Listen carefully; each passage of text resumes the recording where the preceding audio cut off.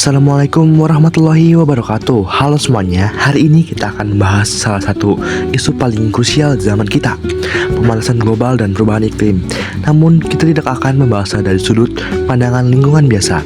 Kita akan membedahnya dari perspektif sains fisika, memahami energi, radiasi, dan molekul yang mendasari krisis ini. Marilah kita mulai dengan definisi.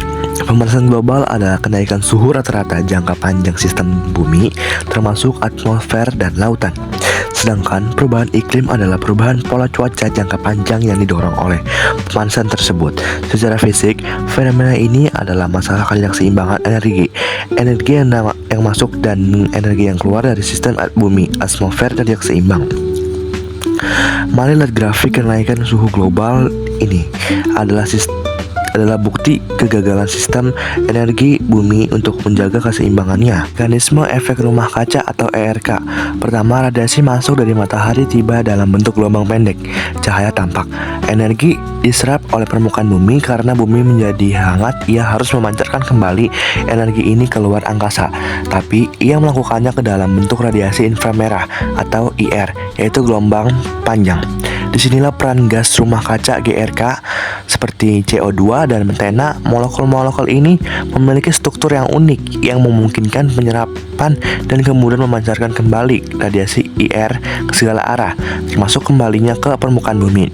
Tanpa efek ini, bumi akan sangat dingin. Sinar matahari masuk, bumi memancarkan IR dan GRK memantulkan IR kembali.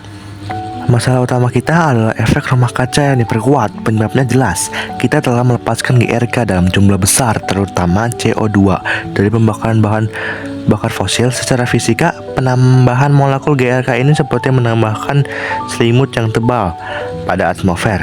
Peningkatan konsentrasi, lihat kurva keliling, berarti semakin banyak energi yang perangkap.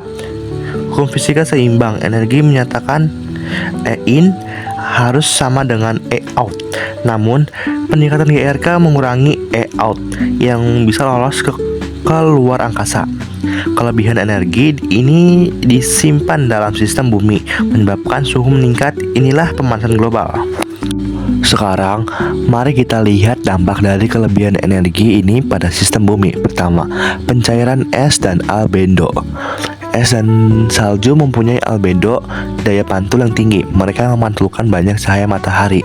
Ketika es mencair, permukaannya menjadi air laut atau tanah gelap yang memiliki albedo rendah, sehingga menyerap lebih banyak panas. Ini mempercepat pemanasan. Sebuah contohnya dari umpan balik positif yang sangat berbahaya.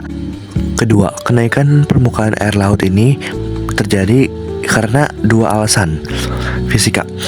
Ekspantasi termal. Sesuai prinsip termodinamika, air laut yang memanas volumenya akan muai.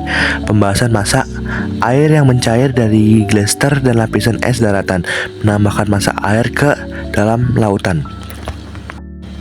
Kelebihan energi termal juga secara drastis mengubah dinamika atmosfer dan hidrosfer.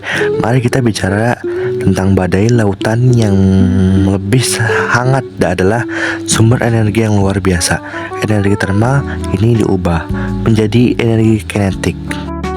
Sampai di sini saya pamit undur diri. Assalamualaikum warahmatullahi wabarakatuh.